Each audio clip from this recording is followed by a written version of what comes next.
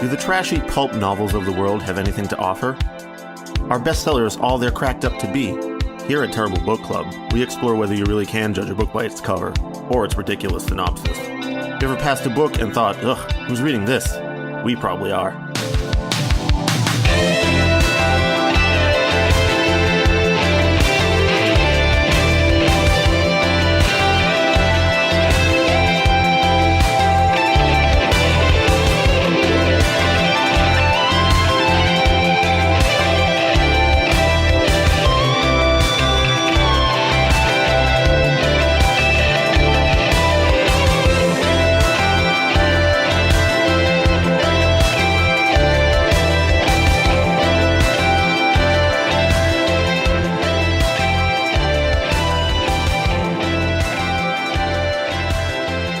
Welcome to episode 45 of the Terrible Book Club. This time, we read A Spectre is Haunting Texas by Fritz Leiber. I'm Paris, and this is Chris. Hello, Paris. Hello. So if this is your first time tuning into the Terrible Book Club, what we do here is we read books that we assume will be bad based on their cover, title, summary, or some combination thereof. So we're real shallow in the way that we choose books. So Sure. We force ourselves to read books that we would never otherwise pick up. So some content warnings before we get started. It's going to be a little more generic than usual because I didn't take the time to fucking break out everything in minute detail. But we got some racism, we got some sexism, we got some sex, right up we front. got some violence and something else. Drugs. Oh, some drugs. Generally what you'd expect out of a sci-fi novel published in the late 60s. I think 68 is when Fritz Leiber published this one. Let me check in the book. 1968. So this is a sci-fi book from 1968. Many of you may know Fritz Leiber as a famous author. He won like 5 Hugo Awards, maybe more. So that's what the top of the book claims. Oh, that's true. Yeah, very well-established writer. I think he predominantly wrote fantasy, though, right? He literally coined the term swords and sorcery, I believe. Yeah. So Fritz Leiber. So really famous, really well-established author. People love him. But then he wrote A Spectre is Haunting Texas in 1968, and we got some things to say about that. Oh yeah, boy. So this book, Fritz wrote this intending it to be a satire. All right, so I was kind of excited to read it. Thanks to my friend Hillary who found the book for us. She was in California once again at a metal festival, and she decided to go to a bookstore while she was killing some time. And she saw the horrendous cover, the horrifying cover of this book. Actually, I won't say it's horrendous because the cover of the book does accurately depict the content of the book. True. But it is a little creepy. It's the main character in a metal mask and a hood smiling creepily over a bunch of longhorned cows and some people who look like cowboys. So it's a weird cover. She picks it up solely based on that. It's definitely better than the other covers that have been used in different printings of this book. This one depicts the main character's personality pretty well because he has kind of like a lecherous grin on and some kind of like shady eyes going. He's basically the personification of a lecherous gaze. Like he's a lecherous gaze on stilts. Like that's who the main character is. So a thin, lecherous gaze on stilts that wants to fuck. Yeah, he super wants to fuck. So this book is it's a satire. I'm gonna read the back of the book so you understand what Fritz Leiber was going for. We'll see if you have an understanding after you read the back. Okay. Scully LaCruz was thin, a muscleless free-fall phenomenon whose home was the sack circling the moon, who could only support life in Earth gravity conditions by having himself encased in a titanium exoskeleton. To the inhabitants of the ravaged post-war Earth, he looked spectrally outlandish. To Scully, the inhabitants of Earth looked equally odd, because the USA had disappeared in the aftermath of the atomic conflict and had been replaced by Greater Texas. And Greater Texas was dominated by the Greater Texans, masterful giants created by hormone treatments who strode lordly about amidst their dwarvish peons and slaves. To these unhappy underlings, Scully appeared as a sign, a leader for revolt. To Scully, this reverence sparked his actor instinct sufficiently to make him decide to accept that role. This is one of Fritz Leiber's most astonishing and satirical novels, a caricature of the future as lively, chilling, and ultimately serious of purpose as a Jules Feiffer cartoon. So there's some creativity happening here. I would say there's some things about this that I'm really into in terms of a sci-fi setting. Sort of like this Fallout-esque, Texas is the true ruler of America, or like took over America. There's some backstory here where Texas was secretly in charge of America since 1845, but that's some bullshit. Whatever. Yeah. The whole premise of this book is that Texas, like Chris said, has been ruling America since 1845. Was it 45 when Texas was annexed by the U.S. But in reality, the U.S. was annexed by Texas. Yeah, because Texas is so cool and good. And so Texas has been kind of running the show in the U.S. since then. Unbeknownst to anyone else, it's a secret shadow. The secret shadow government is actually Texas, which is an interesting twist on modern political paranoia. So, at this point in time, when the book, they don't ever give a year at all. It's very vague. No. But at some point in the past, there was World War III, and it was an atomic catastrophe. But much of the interior of the United States survived because it was part of this weird bunker thing that Texas had set up because they knew it was like a missile happen. Defense system that they specifically oriented around themselves because Texas, being the rulers, knew that they had to protect themselves at any cost. And essentially now the great Texan Empire, I guess, extends from... Yeah, Greater Texas. Extends from South America all the way up through parts of Canada. Yeah, so basically all of the Americas is Greater Texas. And places have been given new names and all this stuff. And I guess... before this happened, a bunch of people went to live on the moon and some, not asteroids, but maybe some man-made space stations. It was man-made space stations. Well, he lives on orbited the moon. Yeah, he lives on the sack, which I just couldn't read without laughing. Yeah, I think that's to make some jokes about being in the sack all the time. I think that's why. Interesting. I was just thinking of floating balls in space. It kind of described like that. I think almost it's floating clear. Villages or towns or something. Yeah, so you have all these people in these lunar colonies who are divorced from what's happening down on Earth, and they've been up there since before the war. So everything they know about Earth is pre-World War III, so pre this atomic catastrophe. So when the main character, Scully, whose full name is Christopher Crockett LaCruz, when Scully comes down to Earth to try to secure his family's mining interests that they supposedly have, basically his dad's like, Scully, we have a mine, we could make money, I don't know, go check it out. Someone sold him a deed to a mine or something. It was somebody in their family. It was like an ancestor. Yeah, and he was, Scully here was tasked with going down to Earth to check out if this was legit, because I think the idea is if you can take a bunch of rock samples from the mine, that would prove your ownership, because there's a bunch of rock samples given with the deed. Yeah, as an identification thing for if you can match all these samples and that's the same mine, you own that, and resources is money, I guess. Yeah, and so he goes to check that out. Back on the sack, Scully is an actor. He comes from a family of actors, and so honestly, the first 50 pages of this book was a fucking fever dream. I felt like I had no idea what was going on, because there were all these references to acting, and some of them were purposefully wrong, because I think the author was trying to make it obvious that they've been so divorced from Earth that they didn't really understand how things worked.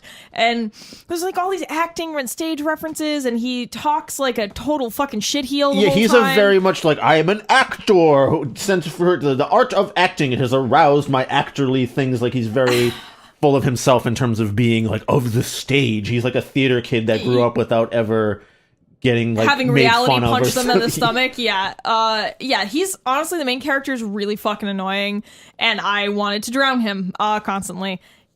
He almost drowns, sadly. It doesn't actually happen. He is, but the key feature of him is that, and a lot of people that lived up on the sack, I guess, is that because you don't have any gravity out there, that your muscles don't have to do anything, so they become extremely emaciated to the point of being literally skin and bone, which gives me pause for some other stuff that comes up later. Because he probably looks fucking horrifying. All right, let me describe the character here a little bit. He's Scully, he's an emaciated man that's in a titanium skeleton-looking suit. Like, it basically, I don't think it covers him entirely, because he has, like, a suit that he wears over his skin, but under the suit. Yeah, his sack suit? Yeah, his sack suit to, like, pad him against the titanium. It's just like a wetsuit, kind of. Yeah, and so he's got, like, he looks like a skeleton, basically. Like, the titanium exoskeleton is silvery. It kind of has, like, ribs, and, like, it looks like long bones along his arms. Yep. It doesn't cover his hands, but it covers his face and cheekbones. There's, like, pills and water in the cheek plates that he'll just, like, tongue out sometimes for sustenance. Which is weird. Like, you not eat regular food ever on the moon? He kind of knows what food is, I'm pretty sure. Yeah, so he is what they call a thin on the moon, and I guess...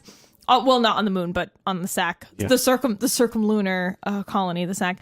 So I guess out there in these lunar communities, you can choose to be a thin, which is what Scully is, or a fat. Apparently his mother is a fat. And they don't really describe what the fuck that means. I think that's like a regular person? Give, like, nutrients to like you store it, because she's a mother, right? So she has to give nutrients to children. No, that's never alluded to in the book. That's the only way I could wrap my head around, because like the only fat that's mentioned is his mom, and I think one other female at some point. There's also athletics, which I think are like normal-sized people. Yeah, I have no idea. But anyway, he's a thin. He's in this horrifying exoskeleton. Got a cape and a hood on. Yep, he's got a cape and a hood, and that's why they call him Scully, because he looks like a skeleton, I guess. So I don't know, Skelly, I don't know. Somehow they make that leap.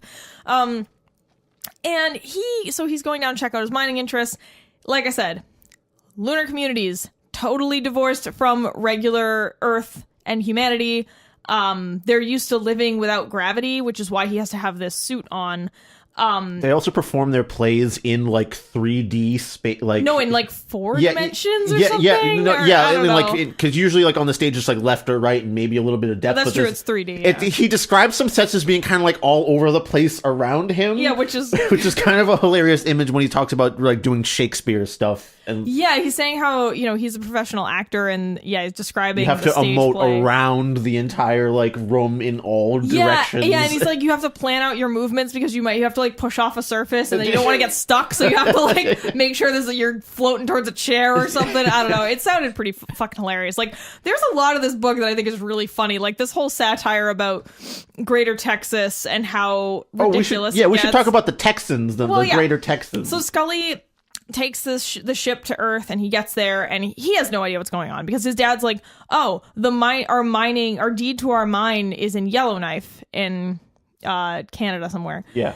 And he gets down there, and he's talking to people about Yellowknife and all these other places, and they're like, "What are you talking about? Like those places don't exist anymore. They've been renamed." And eventually it comes out. He's like, "Oh, well, I'm from the sack," and they're like, "Oh, yeah, you have no idea what's going on." Then so he's slowly learning what life in Greater Texas is really like. The first 5 pages of the book, he describes being in a centrifuge in a very confusing way, and I think it's supposed to mirror how disoriented it is, because later on you find out that he's just adjusting to like the orbit of the Earth. Like he can somehow feel the extra acceleration, and that's why he was like very disoriented. He describes like rooms as being different parts of a centrifuge at the start, which is super confusing. Yeah, honestly, the first 50 pages of this book were super fucking disorienting, and I was like, I don't know what's going on, but I also get that he's using this as a device to make you feel just disoriented. But he knows what a room is. Yeah, so I don't understand why he would start calling things like, I was in the next compartment of the centrifuge, when obviously there's like furniture around and shit that... I don't know. I think he was just a little addled from his change in atmosphere. Sure. So he gets on the ship and befriends this Texan. What was his name, Chris? It's Elmo Oilfield Earp, which is pretty good in terms of a satirical Texan name. Everyone here has a pretty hilarious name. And so, everything is Greater Texas, right? So as you can imagine, everything is super Texan. So humans are now 8 feet tall if they're rich and white. Yeah. They take hormones to make them as big as possible. All their like cows and stuff are huge too, like all these steers. And then in Texas fashion, sadly, if you're not white, or if you're a poor white person, you just don't take the growth hormone, so you're just like regular size. But if you're not white, you are enslaved and forced to be 4 feet tall. Yeah, I couldn't tell if, because they're described as being hunchbacked the whole time. Actually, here's your first little bit of racism allusion here. Mexicans are frequently referred to as bentbacks.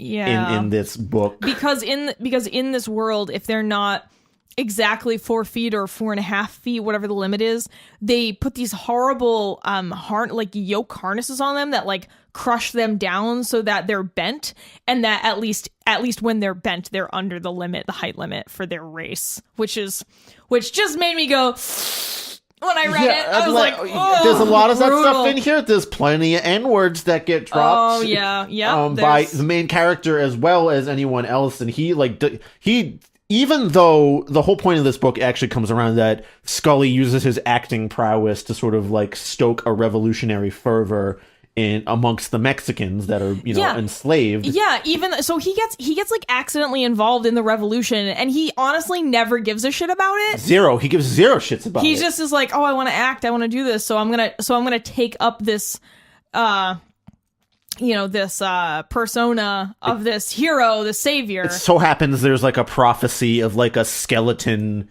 that's gonna come from the sky. Esqueleto. La muerte alta, la muerte alta. There's a theme song and everything to the theme to the tune of La Cucaracha. Yep. So basically it's like, fucking sitcom where they're like, oh, we're waiting for our skeletal savior to arrive from the sky, and then this fucking asshole strides in and, all he wants to do is get the fame of like being on stage and like recognized for like stirring people into a fervor. Yeah, and he's also really intent on fucking these two ladies. Oh the boy. whole book is... That's the actual plot of this book. Yeah, so... there's like a lot of this really funny stuff and really creative things. I think a lot of what Fritz Leiber did in this to create this satirical world of Greater Texas was really good. He really, really gets at the heart of, how horrifying it would be if people like that took over. Every Texan talks in like the gold darnest, god dangest, best country there ever darn was. Yep. Like everyone's in like 15-gallon hats or something. Yeah, because they're 8 feet tall, so they gotta be real the gallons big. have to be extra for their hats and everything. They have like extremely long legs is kind of like a feature that's pointed out. It's a pretty good, interesting sort of creative satirical take on things, but that's like about the only good thing about this book, because even though I was kind of into the whole story about Scully leading a revolution, because I thought like, oh, maybe he'll learn to not be such an egotistical... Yeah, maybe he'll grow a little bit. But literally all he cares about is trying to have sex with either or at the same time a lady named Rachel Vachel Lamar, who is the daughter of the president. Right? He starts out as the governor of Texas, the governor, yeah. Which is different from the president of Greater Texas. Right. You see. Scully actually crash lands in Dallas, Texas at first, because everything is Texas. The double Texas there. So originally Governor Lamar is just the governor of whatever Texas state, Texas as you would conceive of it today. And his daughter Rachel Vachel like sort of flounces in as this very like demure and like cowed female that's like, oh, daddy, thanks for coming in and paying all this money for my plays, because she's an actress too, you see. Yeah. She's instantly enamored with Scully. Women are only allowed to be certain things, like they're only allowed to be arts and culture. Yeah, that's it. That's it. You can't let them in the sciences or wear pants or. Yeah, women in Greater Texas are only like you said, only allowed to like be actresses or do other homey shit. Cooks, I don't know, cooks. Yeah, teaching. I think is somehow brought up somewhere. But they're not allowed to do any sort of STEM. And Rachel Vachel seems very like of the culture, but here's the thing that mystifies me, because before we get to the other lady that Christopher Crockett LaCruz here, Senor LaCruz is trying to get his even though the other lady was technically first, but anyway, continue. Rachel Vachel, she's instantly enamored with Scully, which I don't understand, because if this horrifying emaciated skeleton man came from the fucking moon with this weird looking skeleton, why would that be like sexually attractive to someone who's well, he's 8 feet tall too. Yeah. Well, I think that I think she probably wasn't actually enamored with him. I think she just was pretending to be because... But that's definitely not the case later. But then later things change. But anyway, so the secret is that Rachel is part of the revolution. Yeah, she's conspiring with them. She's a rich white giant, but she is like, yeah, this is fucking bullshit. Fuck the patriarchy, fuck the racism. This sucks. And of course, so is the other woman that Scully is enamored with. Named La Cucaracha. No, her real name is something else, but she's only referred to... Rosa Morales. Yes. Rosa Morales. La Cucaracha is like her coke name. Is it Morales? I think, yeah. Isn't that her last name, Rosa? I don't know. I'm sorry. She's referred to as La Cucaracha or Cookie for most of the book. Or Coochie or Cooch. Ugh, God. Yeah, like they almost never call her Rosa. And she's like a 4 and like almost a half foot tall Mexican 4-foot dwarf. Right. Lady that is very vivacious and fiery as the Latinos will be, of course. Oh God, I know. Because everything is pretty much a racist caricature in this book. Yep, everything. And so Rosa is also part of the revolution. So Rosa and Rachel don't know that they both know and like Scully until, I don't know, a little bit into the book. It's when Rachel comes crashing in and revealing herself as a member of the Resistance for the first time in her like Black Madonna outfit. Yeah, that's right. Rachel is known as the Black Madonna, and she like rides this big horse, and she has this black getup, and she's like a symbol of the revolution. Can I say at the start that like I don't get why like Scully was like scooped up by this Elmo? I guess like it comes to a 4 later, but he's just kind of scooped up by Elmo randomly at the fucking airport. Well, yeah, because he's like really confused, and he's like, oh, I guess I'll just trust this dude. And I thought that was weird too. I was like, why would you just like Scully's stupid and naive and overly trusting. And he's also very narrow-minded because Kooky is there with Elmo. Yep. And sort of like, giving him shit sometimes as like, Scully's getting used to how things are laid out on Earth. And she's instantly flirting with him too. Like right off the bat, they're very enamored with each other. And Scully's immediately focusing on how big her tits are the whole time. But then, 10 pages or 15 pages later, he meets Rachel. And he even he's like, oh no, I've already forgotten about that first girl I liked. Even though he has a date to meet up with her in a graveyard later where he's like, oh, I'm totally going to get down with it. We're totally going to bone. I have to. But then he decides to try and also make with Rachel too before going off to get a second round. Okay. Here's the question. Here's one of the biggest questions that this book left me with. How are you going to fuck in that exoskeletal suit? That's what I mean. Is there a penis door? Do you have an extra like titanium boner helper? Well, that's the thing. Can your boner even get up in this gravity? Yeah, I don't know. Guys, can a lunar boner exist on Earth's gravity? I don't know. He seems ready to go. I think he described kind of getting a half chub at some point. Okay, so we're going to talk about there's a moment when I think it's like one of the only times he and Rachel are alone together, and I made a note. Does moon dick work on Earth? Questions for question. But he and Rachel are alone. I think this is actually the first time they're meeting and they're hanging out alone. On a couch. By the way, everyone smokes weed all the time throughout this book, which I'm totally down. Oh, I have a question for you. Before we get into the sex thing, I have a question.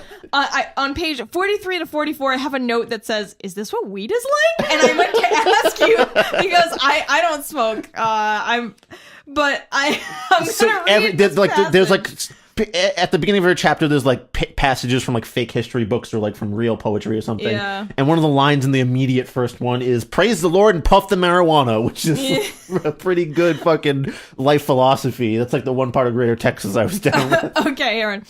I, meanwhile, had taken the first of the 3 sips I allow myself of an alcoholic beverage, a small sip, for the drink was strong, and inhaled 2 puffs of marijuana vapor, a smoke I had never before sampled. It seemed mild stuff, but I soon began to feel a lofty well-being, despite the grisly things being told me, and the scene and sounds around and about me began to organize themselves symphonically, even the clinking of Mayor Burleson's coins fitting perfectly into the great rhythm. At first, I must admit, there was something sinister about the tiny tympanic tune of power men releasing tension. Tick, clink, clink, scratch, scratch, squeeze, squeeze, faintest plink of thumb and fingertip on captured lint speck, but swiftly even these noises became orchestrated into a blissful totality.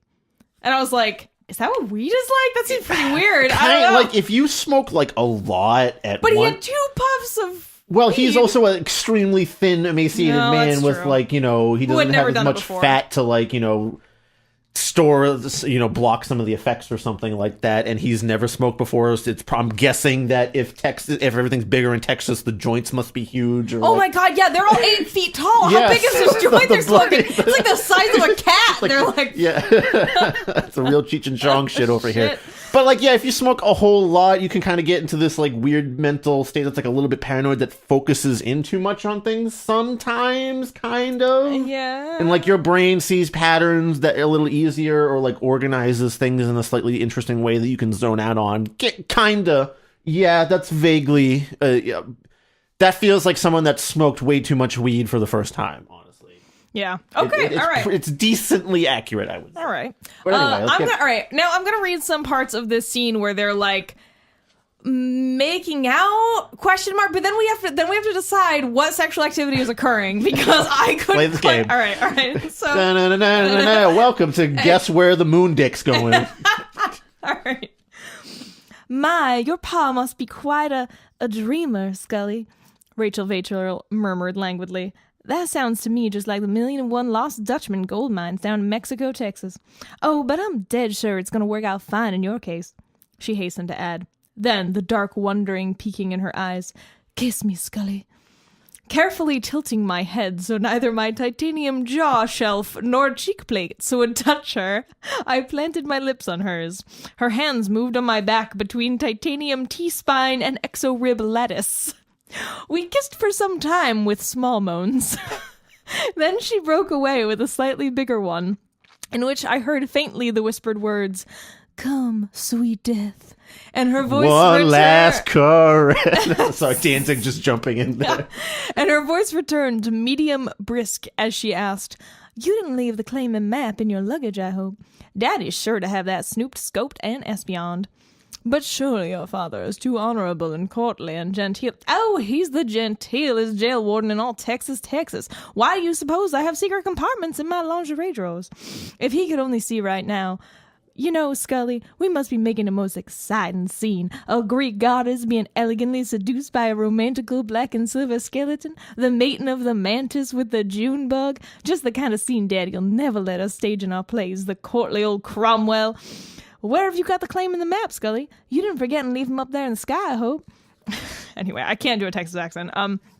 They're talking. She's trying to figure out where his deed is, and he's like, "Yeah, whatever." All right, I'm gonna try to find the part where we have to guess what sexual activity is occurring because I think that's written to be funny, right? Yeah. It's definitely funny. This book was written to be a satire, so it's supposed to be ridiculous. It's supposed to be ridiculous that they're making out through his titanium suit and she's fondling it sometimes. So yeah, there's moments in here that are definitely funny and entertaining in that way, and it's not like I'm turning my nose up at that stuff. And it's fine that you wrote kind of a horny book about a man in a skeleton exosuit trying to make it with tall Texan ladies or whatever. That are very caricature of Texans. That's all well and good. But the way it develops later on, I can't quite tell what the point of the satire really was. Yeah. Oh, here. Okay. This is not the part I'm talking about, but this is something else. Look here, dear. I admit I'm getting a fetish thing about that skeleton of yours, but couldn't you get out of it for just a little while? Mayn't you be underestimating your unmechanized strength? Your hands feel so strong on my funny bumps. Jesus Christ. Oh, the funny bumps thing got me. I couldn't stop laughing. She's definitely trying to play as very innocent and fucking damsel in distress. Yeah, so she's buttering him up for this, I suppose, but at the same time, Lord, when I got to that point was it tough to get through the rest of it, I would say. And I think they just make out on the couch for a while until her dad shows up with the rest of his friends, Sheriff Hunt and Deputy Chase, which is... Yeah, I thought he was maybe fingering her, but I can't. He's got those strong fingers, which later on in the... funny bumps. Yes, which, let me tell you, later on in the book, the fingers are the only thing he can move when he's out of the skeleton. Oh, yeah. He has to, at one point, he's put outside of the suit, and he has to drag himself into a pool of water for hydration because the Texas sun is too much, and he just literally uses the ends of his fingers to crawl to a pool. And his justification, by the way, for having intense finger strength is you have to have really good grip in space. Yeah. So wouldn't you have really good arm muscles in that case, right? I guess, but he does it, so like, why is it just the fingers that aren't emaciated? He also gets in a hand grip fight with someone in the book. Do you just remember like the hand clasping fight where he like wins over? There was an arm wrestling match? It wasn't an arm. No, they were literally just clenching hands together. Oop, I knocked my mic. They were just clenching hands as hard as they could. And like, Scully knew he was going to win. Like, that's how he got out of something. Oh, weird. I don't remember. Yeah, there's like an arm clenching, like a hand clenching fight. And his fingers are stronger to the point where the other person says uncle and he wins the finger grab. I got a question for you. Okay. This is another one of my notes where I'm like, what happened? This is when Rachel and Scully first meet. This is before they're like sitting on the couch making out and fucking molesting each other or whatever. Fondling funny bumps. Yeah. Then her eyes got big. Your pa's an actor? They got bigger still. You're an actor too? You stayed one? I shrugged. Oh, an occasional Hamlet, Peer Gynt, Orestes, Cyrano. I could have sworn that for an instant she was going to hug me. Instead, she looked me up and down, grinned, and said, I bet you overlapped your ma to either side when she clutched you. Yes, and she wrinkled her nose, too, I countered. I wet myself. What does that mean? I totally missed, I also what don't understand. That was even... I was just like, what? And there's no follow-up to that. I was just like, what happened? Is it Why like emotionally? He's talking about crying or something? I don't... He pissed so much that, like... Dude, I don't know. Like, there were definitely some things in here where I was like, what? And I don't know if it was just... I didn't understand this type of, like, sci-fi writing at the time, or if I missed something in the story, but that was one of them where I was like, I have no clue why he said I wet myself. Yeah, so he gets brought to the governor's house by Elmo Oilfield Earp because I guess Elmo is trying to like ingratiate himself to the greater Texas. Like he's like even under them socially somehow, even though he's also a tall Texan. Yeah, he's like buzzing around them trying to get into their circle at this point in the book or something. So he brings Scully in as sort of like a novelty or something. I think that like that. Yeah, he's like he's like, oh, look at this weird fucking dude I found. Yeah, I found my note for, is he fingering her? Okay, so here we go. Circle back around. Oh, jeez.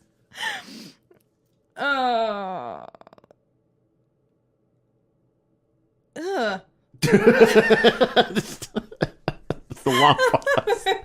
Best reaction there. No, I'll tell you what I at. Her fingers slipping between my titanium shoulder girdle and head basket touched my cervical vertebrae. So hot. Her voice riding on indrawn and exhaled sighs, she said, you know, Scully, I believe I'm falling in love with you just a little bit. Psychically, I mean, not only physiologically. Ever since I was a little girl, I've had moods of despair where I wanted death to come to me like a dark night and carry me off. I wore out 3 tapes of Schubert's, Schubert's, Death and the Maiden, and here you're doing it.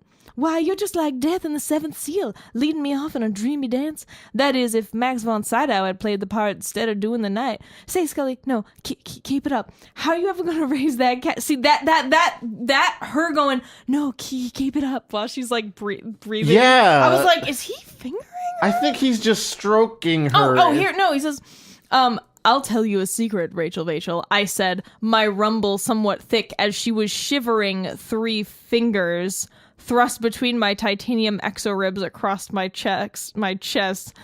I was just like, what are they doing? I don't know. Anyway, I think they're just like really heavy petting, like it's like a lot of rubbing or something that feels good. Maybe it's a lot of rubbing. I don't know. I mean, you could be rubbing certain spots too, so who knows? And yeah, and so all right, all of this is like satire, but it is a funny scene. Yeah, like the book in general, I think does a pretty good job. But there's something about the sexism and misogyny that isn't satirical. Like there's just something about the way it's written and how often it comes up. It's not satirical. You read this book first, and then I read it, and when I was like 50 or so pages in, I was like, oh, this is just supposed to be like funny or something, because you could come to me and be like, the sexism and misogyny of this thing is like way over the top. And at first I was like, oh, but he's trying to like lampoon this kind of like, oh, he's a horny, weird robot. That's what I thought or something too. Yeah. That's supposed to be funny or something. But I mean, I don't think we have to worry about the chronology of this book too much, because like all that happens is that Rachel turns out to be working with this revolution. Scully goes on tour with Rachel and Cookie. Rosa, yeah. Like, giving speeches to rile up masses of Mexicans to revolt against Texans. And these revolts happen, the Texans... And then he has, like, this love triangle between the three of them, and in the end, he wants to marry both of them, and they're both kind of, like, working against him to, like, sort of deny him affection. No, they actually... The ladies in this book are pretty cool, because they both realized that they both liked him, and they made an agreement with each other, and then they took him in a room, and they were like, look, we've decided that neither of us are going to be with you until you choose one of us in front of the other and denounce the other one. And I was like, good on you, ladies. And so most of the book, they're just hanging out and being good friends, and he refuses to choose because he wants both of them. He's the one that's super miserable about it, and he's very, like, petty and childish about the whole thing, where he's like, well, if they both won't let me fuck them, then I'll just deny them my affection, too, until one of them has to come crawling back to me with her womanly need. Yeah, they think, he's like, yeah, whatever, one of them's gonna break eventually. And he refuses to see, like, any side besides, like, his own of, like, well, I want to fuck both of you, so I don't see what the problem is. Yeah, like, unless he can have both of them, he's not gonna be happy. By the way, here, I'll just spoil the ending here. He does get both of them in the end, because the book ends with him just leaving after he, like, tricked both of them into going into the spaceship at the same time. Yep. So at the end of the book, he meets with both of them separately, has them each, or writes a letter to each of them, tells them both the same thing, has them drugged, brought on the ship in slightly different areas, like, still pretty close together.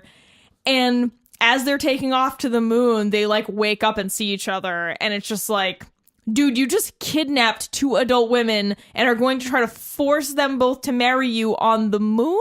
But here's what makes it truly heinous in my book. They're both fine with it. And they were also, like, fine with it beforehand. They said they made an agreement that, like, oh, we actually were fine with this whole bigamy thing beforehand. Oh, yeah, that's right. That they just slipped that in right at the end, where they're like, oh, it's fine that he kidnapped them and forced them to do this because, haha, they actually wanted it all along, just like all you women, you always wanted all along. Yeah, look, and you're just man, like, oh, I'm not here to denounce, like, polyamory or anything like that, but the way things are executed in this book is a huge fucking no-no in terms of how to approach this, where you're being childish with 2 women who are trying to give you, a reasonable expectation of, like, look, I'm going to be jealous of this other person if I'm in this 3-way relationship. Right. So we need to establish boundaries now. You have to make a choice. And he's just a big child about it. He still gets his way in the end because he decided to kidnap them and fly them to the moon. And bring them to another planetary body. It's not like they could just leave. I mean, I guess they could just get on a spaceship, but neither of them have ever been off of Earth.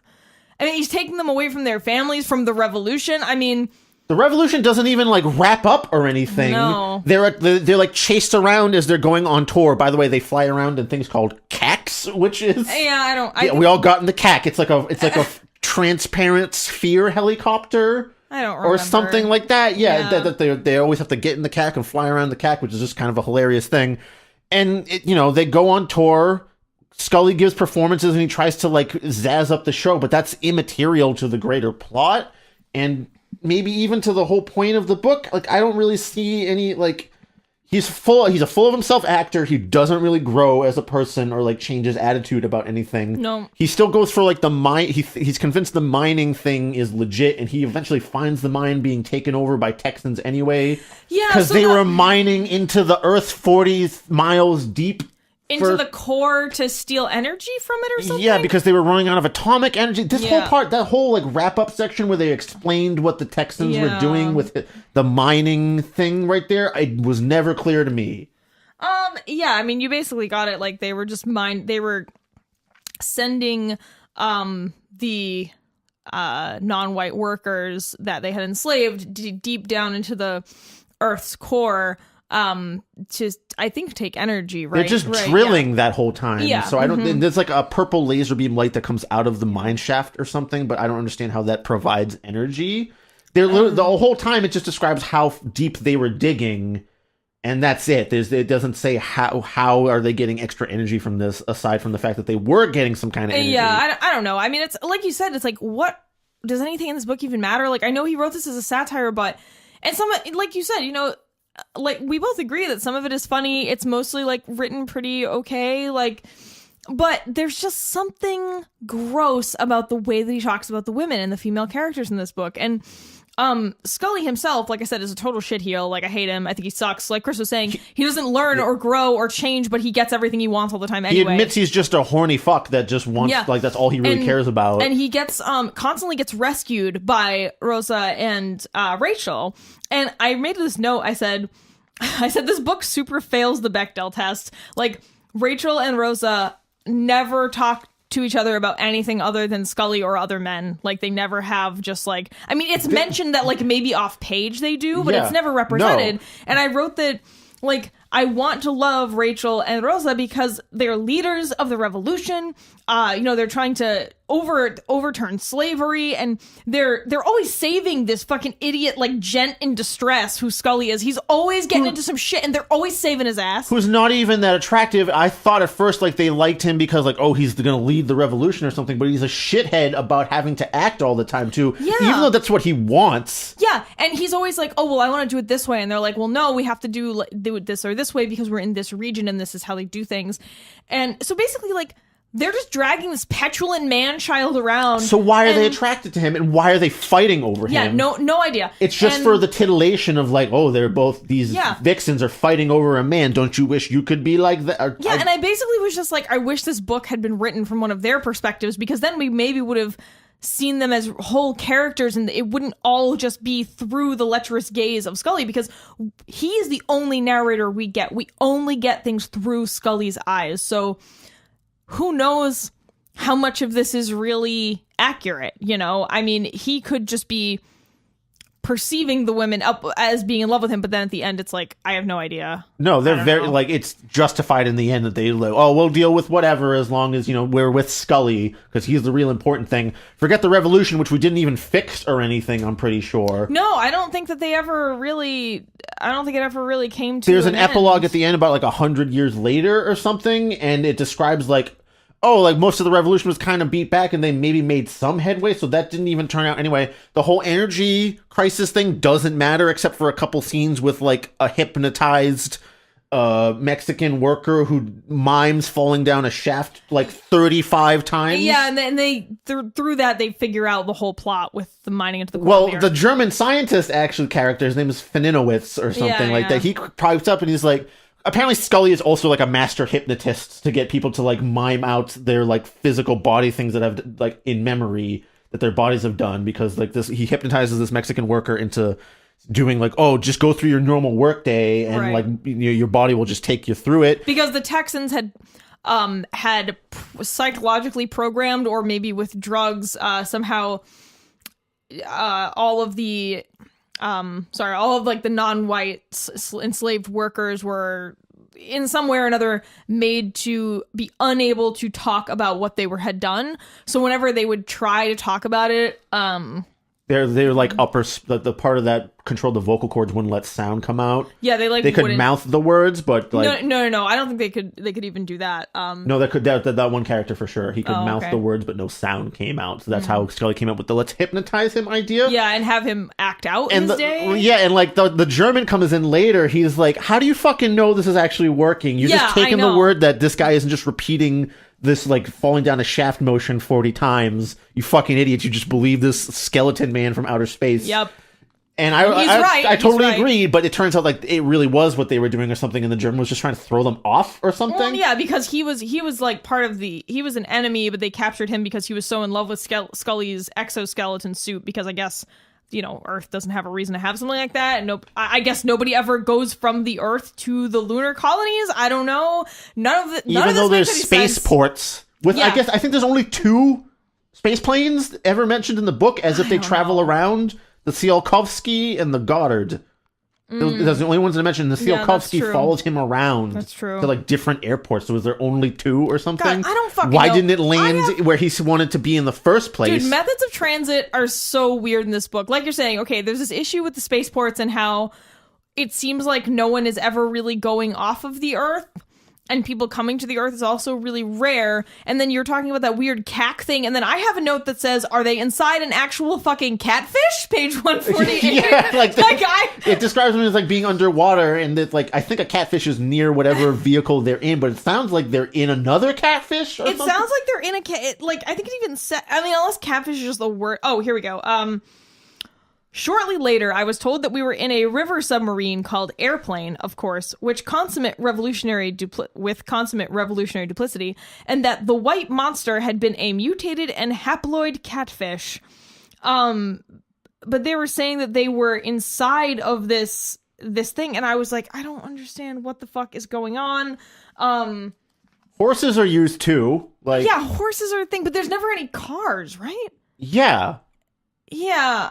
I don't know. So, I think we just like glossed over because they have those things, the cacks or whatever, which are like cars, I guess. No, they're transparent spheroid helicopter like things. Wow, I don't remember that description at all, but I'll trust you. Is what was described, and I don't know why you'd want them to be transparent all the time. I have no idea. Because it describes them like, oh, we only have so many atomic batteries left, like in the whole fucking world. That's why like the Texans are trying to mine this shaft for extra energy.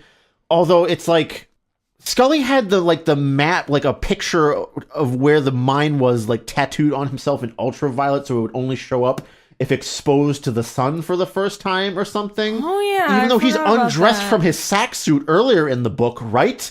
Yeah. So why didn't it develop there when he was in the sunlight? Yeah, and I also don't understand.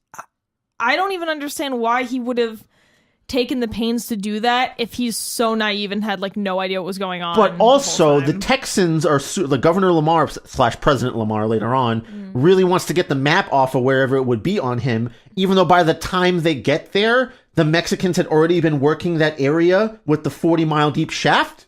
Yeah. You don't just dig that overnight after they find something like that, especially if the map hadn't developed on his stomach by then. Yeah, my guess is that, like, maybe they just thought he had the map for another mine. I guess so. I don't know. Yeah, So once again, like, that whole plot line doesn't really matter to anything, because in the end, it ends with, like, and then Scully got his ladies... And went back to the sack. To fuck them or something. Yeah, basically. And, like, I was like, what about this whole revolution thing? So it's literally just about horny moon skeleton coming down and having like a threesome adventure with like a pale, tall white lady and a small, dwarfy Mexican. Yeah. Yeah, it's just and like his adventures trying to get them to fuck him. Yep, and there's also Incel Moon Man comes from the... Oh, there's also like political espionage and a revolution and some mining thrown in there. That's kind of fun, but like it doesn't matter to anything. It's just like set dressing for like, and that's why these two ladies were even talking to me in the first place, and why they were so enamored with me. Even though once again he's just kind of petulant the whole time, totally focused on trying to get his dick wet. And maybe acting a little bit, I guess, which they tend to. Like, I guess the ladies kind of enjoy his passion for that, but he gets so petulant about it. Like a quarter of the way through his fucking revolutionary speech tour or whatever. Also, his weapons to fight, he has like rods in his arms that are like a combination stilts / crutches / swords to fight people with or something. Okay. And he can expertly fence because of his acting training. Even though there's like laser rifles that the Texans have, but they have like ceremonial rapiers that they decide to try and take him down with when he's getting in a fight with some Texas Rangers, which by the way are like the police force among Texas, which I think is hilarious because I just imagine like a very far-flung future episode of Walker, Texas Ranger fighting off horny moon skeletons. Oh, that's right. So in addition to kidnapping women and taking them as his bigamous wives on the sack, he also decided to have an affair with Idris Micklewraith or whatever. His like boyhood fap material or something. Yeah. Like he was like, oh yeah, I 50 years ago, partially to assert my independence, I had a mad love affair with Idris Micklewraith, whatever. Which for 2 weeks was the talk of the sack and the circumlunar shame. It ended when Rosa sliced me twice, fortunately only across the chest. And then she said, 20 years ago, Rachel developed a serious heart degeneration. But then Idris was explosively brained by a tiny meteorite. and Rachel received her aged but hale heart as transplant. She sometimes asks, "How's it make you feel, Scully, to have your old girlfriend's heart beating inside me?" How to answer that one? So it's like, totally fucked. I guess this. it's kind of nice that she got like won over. Like she gets to fuck with him a little bit after that, being like, "Oh yeah, you fucked her, huh? Well, her fucking heart is inside me now, motherfucker." Yeah, like, I don't but even know. then, that's like such a weird. Just like it still makes Scully the powerful fuck stud who gets everything he wants all the time. Yeah. Actually, at the very end, it does describe kind of what happened down on Earth after they left. But it doesn't. It's not a satisfying conclusion from what I remember. It's just like, and things just kind of went on. Yeah, I guess anarchia is a thing that like started. They do overthrow some of the greater Texans. Some of it's still there, I think, from when. Yeah, and they just went with Anarquia Mexico, which is, I guess, the natural state of these Mexicans. Is that you can probably surmise the author thought or something like, oh, how they probably can't be organized by government or whatever. There's also like the black republics of California and Florida in this, which is where all the black people went. Yeah. So I guess if you want to like fast forward 300 years into U.S. history, pick up this book because it'll prepare you for I guess that. Prepare you for our eventual misfortune. You gotta watch out for those fucking horny moon skeletons, though, dude. Yeah. Before you know it, you're locked up in a ship and you have to share him with some other woman. Jesus. Yeah, so at first I was like, oh, this book is written so much better than everything else we've read, or than most of what we've read. Line to line, very well crafted. Yeah, line to line, well crafted, but conceptually there's just something fucking off about this. Like, some of the misogynistic lines are like, oh, that's right. He also said something bad about Jewish people. He said something kind of shitty about everyone. Don't worry. Yeah, that's right.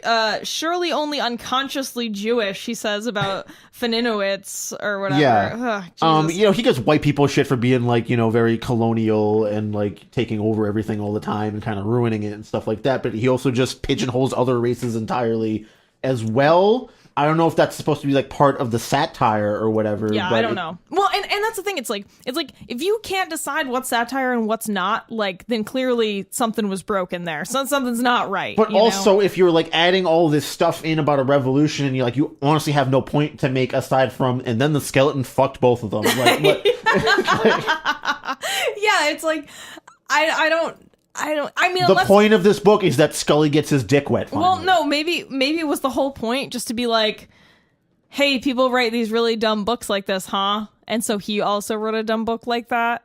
I mean, maybe he has other books with revolutions in them, though. Oh, I see. It's a common theme for his work is that there's a revolution to be had. I haven't read any of Lieber's work. Oh, excuse me. I'm going by the Wikipedia page. Oh, by the way, so Scully's dating advice is that it's sometimes effective to talk of... In what? I'm trying reading your own handwriting for a second.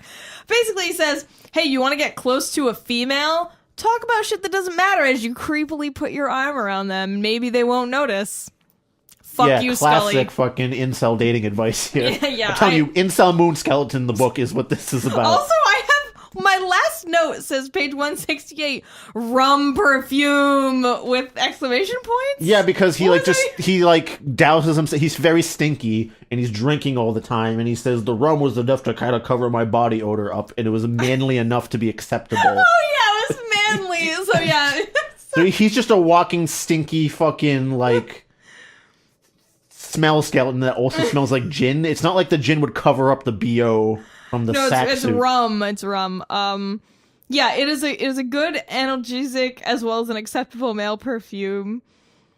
It's not going to cover up the fucking so hot. sack stink. Hey, I definitely want to fucking fly to the moon and be sister wives for this guy. This fucking rummy rape skeleton from the moon. Yep, sounds great. It's definitely what I want. We will never know if moon dick works on Earth, though. That's we'll never know. I'm so disappointed because I was hoping we would find out. He does describe getting like aroused, but thank God it doesn't just go into the physical detail. Even though it goes into excruciating physical detail about how a lot of other stuff works, like when he's dragging himself to that pool or whatever, he has to like use his fingers to like push his head and forward, and then he like takes like is able to just slowly like drag with only his fingertips himself into this pool. Oh, I was just thinking, like, what if he was like, and as I became aroused, I got my penile stick so that I could another telescoping rod. Yeah. Oh, God. Oh, this show is just, everything we read, it's all about fucking dicks. I mean, like everything. People care about sex, right? Yeah, like it's a reason. Sex sells. People come to things to come. Yeah. People come to people things come to things. Terrible club. That should be our tagline. I don't know if you know this, but people come to things. No, that should be our tagline. Terrible club. People come to things to come. Yeah. Anyway, I kind of want to say don't read this because I feel like there's probably a better version of this somewhere. There's probably another Fritz Leiber book that I guess is better. But if you're looking through the list of terrible books that we have read, read this if you're choosing from that selection because the writing is always good. And it does have a lot of really funny parts in it. And like I said, some of the ideas are very creative and interesting. I was entertained. Yeah, I was pretty annoyed after the many... the first 100 pages, I wanted to keep going. Yeah. The last 100 pages, I was like, will you shut the fuck up about how horny you are?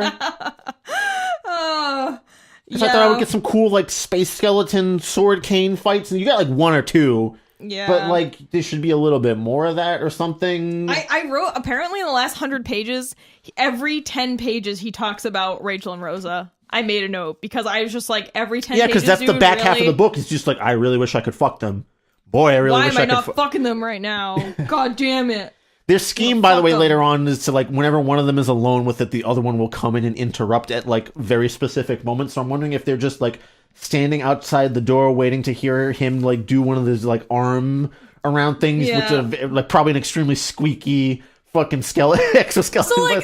All right, so on top of not understanding if Moon Dick works on Earth because of gravitational problems that are discussed throughout the book, how would him having sex with Rosa work? She's 4 feet tall and he's 8 feet tall in an exoskeleton. I mean, that's a pretty big disparity. Yeah, I mean, it would be hard to line certain things up height-wise. There's just some positions that are just straight out the window. Yeah. But, like, I mean, I guess the exoskeleton would give him enough strength to pick her up, right? Yeah, that's true. Okay. All right, that question has been answered. Also, like, if you've been living on space gravity for so long, I have some questions about, like, how flaccidity works and, like, how do liquids work? Oh no! Like, how does it fill up with blood, and how does it just go longer or like wider? His circulatory system still works in space and everything. He's a living being, and he talked about his heart pumping and everything. Yeah,